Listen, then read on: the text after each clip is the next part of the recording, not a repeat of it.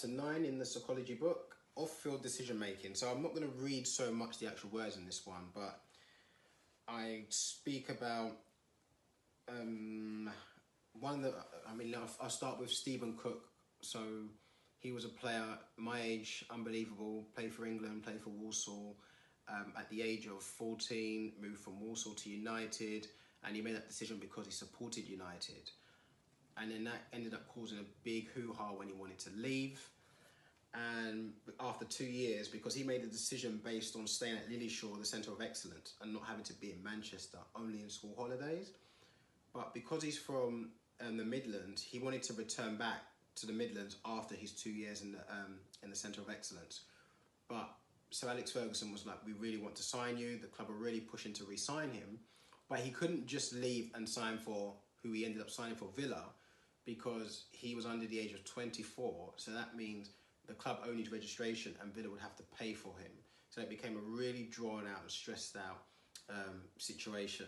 So I break down the scenario in this book, but I highlight the need for players to be empowered and to learn about football, because we always talk about, you know, career decisions about careers in terms of after you leave the game, but we don't talk about the decisions and how to assess which moves you should take.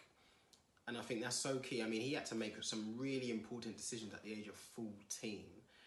And yes, agents are there to advise, but I think they should be there. The agents and the coaches should be there to empower, because a lot of coaches played the game.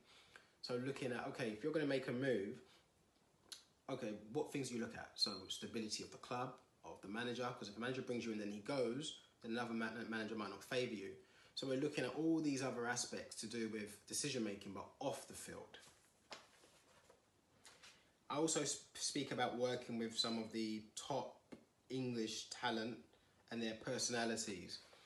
Now this one, I didn't interview them for the book, but I've delivered programmes, for example, at say Arsenal, Man City, with Reece Nelson, Joe Willock, Marcus McGrain, who's now at Barcelona, Eddie Nketiah at Man City when Jadon Sancho was there, when Phil Foden's still there.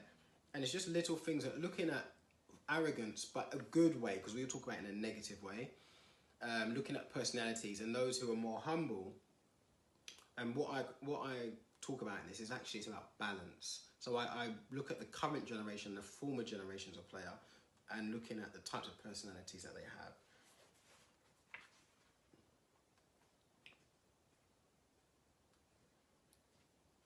I also go through a process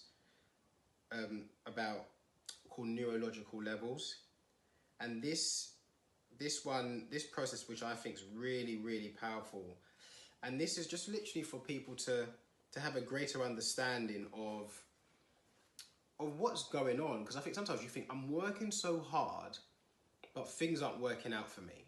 Is there something bigger than me that's affecting me? Now, the reason why I say that is because, again, this feeds into culture.